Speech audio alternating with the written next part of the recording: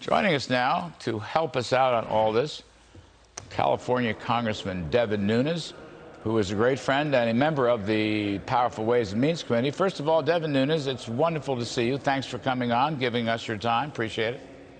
Well, Larry, it's always a pleasure to be with you, and congratulations on your new show. It's great to have you back. I miss you over at the White House, though, I will say that.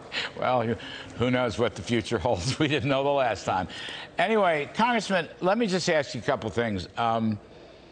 Some insiders have said to me you've got a September 27th, quote, due date, where Nancy Pelosi promised moderate Democrats that they'd get a vote on the infrastructure bill. You may recall this. I think she made the promise, 3 or 4 weeks ago.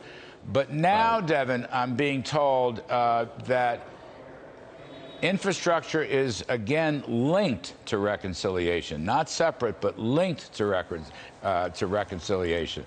So if you don't get one, you don't get the other. I would imagine that's going to get a lot of people angry. And the September 27th date is sort of meaningless. They're not going to get anything done by then. What's your take on all this? What are you hearing in the cloakroom and so forth? Well, look, I remain very, very concerned that they're going to get this across the line because there's really not very many moderates in this party. And if you look at what Manchin has said, I think him saying let's do a pause until the spring is smart politics. But he's also already said that he'll vote for a $1.5 trillion bill. And as you correctly pointed out, Larry, whatever the number is that's advertised is not really the number because it's bad enough, all the new spending they're going to do immediately. It's even worse, the taxes that they're going to raise that is going to create all sorts of complications.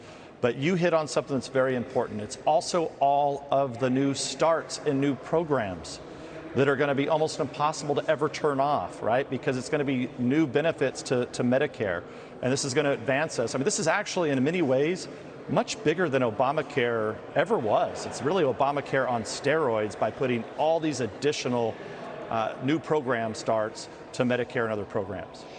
And so let's go into this. You're not going to get anything by September 27th.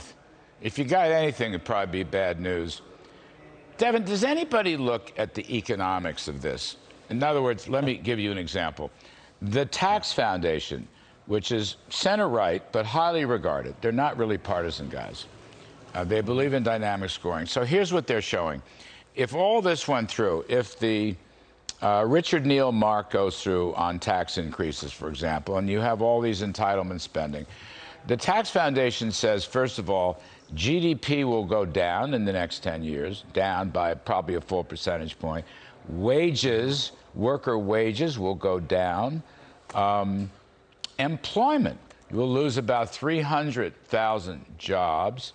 The Joint Tax Committee has said roughly 2/3 of the workforce will face higher taxes because of the hike in the corporate tax. And then to rub salt in the wounds, I guess salt is a dirty word too nowadays, but to rub salt in the wounds, it's only going to raise $1 trillion. It's not going to raise $3 trillion or $5 trillion or whatever. It's only, for all that, raising $1 trillion. I don't see how you do that with those kinds of economic assumptions and such a tiny revenue slice. If you get that, I don't see why. That's just not going to play, is it? Well, I think you're exactly right. We're playing with monopoly money or bongo bucks, right? The numbers just don't make sense. Remember, the Trump tax cuts that we put forward there, we actually raised revenue. We cut taxes and raised revenue. Why? Because we grew the economy and we broadened the tax base out. So why they don't, if Biden would just have stayed in the basement, they just seem to be hell-bent to raise taxes, Larry. And, there's tremendous, like you can hear right now, I can hear in the background now, there's horns going around. They've been putting bans on back of trailers, and they're going and harassing the 3 Democrats that voted against the bill in the Energy and Commerce Committee. So there's tremendous pressure being placed on every single one of these Democrats. Now, look, what happens with the infrastructure bill on Monday? My guess is they're not going to have the votes to bring it up. I mean, they're surely not going to bring it up and let it fail, I wouldn't think. And so, look, we're headed into, don't forget, the end of next week, the government funding runs out and we're already past the debt limit. So, and the Senate Republicans, House Republicans, we've said, until you stop the madness until you get back to working together, bringing some type of just common sense back to this, some form of decency in the way that we treat each other here, we're not going to go on this, help you on this spending orgy that you're on. And I think McConnell and the Republicans are doing very well and holding tight right now. Yeah, that's another thing I wanted to ask you about. So the Pelosi, I guess there was a bill passed, the CR passed the House. Do I have that right? And it includes a suspension of the debt ceiling. See, I love that. They're not actually putting a number on the debt increase because they don't want to own the spending, do they? Well, and they have no way to pass that bill in the Senate, Larry. So the senators have already said that's dead on arrival. So, I don't know what type of standoff they're trying to have here, but they're putting this country in tremendous peril right now. So we're nowheres on this deal, which may be a good thing, by the by. But I'm just saying, in terms of process, what did Nancy Pelosi, she called it processing or something like that. But then they asked her specifics. She didn't have any specifics, and she was very cranky about it. But y'all are nowheres. Now, that may be a good thing from my standpoint, or maybe yours. But, I mean, really, this thing's going to go on for quite some time, will it not? It could. Look, they're going to have to figure out a way to fund the government. They're not going to be able to raise the debt ceiling anytime soon. So my guess is the only package that's in the short term that could leave the station would be the infrastructure package with a debt limit on it, and that might be able to pass the Senate, but that right now is not happening. So, Devin Nunes, make a forecast for us. Make a forecast. You're one of the smartest guys in Washington, D.C., if you ask me.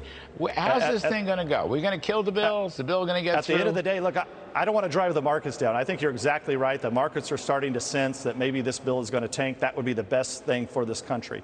But I have been around here long enough to know, like I was saying earlier, that the harassment that's going on right now by the radical left and all the groups of these members of these so-called, moderates that are not really moderates, look, they're going to be attacking their family, they're harassing them at home, and they're going to ultimately probably going to break them, in the House at least, I believe. Now, the Senate becomes a different question. Manchin has already told you that pretty much that he'll break for a little less money. And then all the pressure comes on Sinema, who knows she's in a state that leans red and has leaned red for a long time. And so I think she's in a much different position that she would be looking at already the dwindling poll numbers.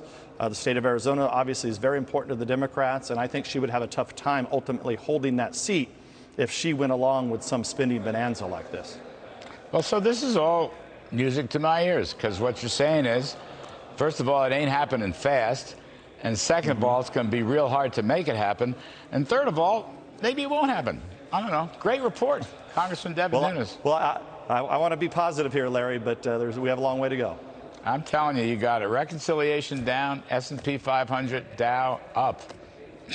It's not hard. You're great, Congressman. Thank you ever so much. Hope to see you soon. Thanks a lot, Larry.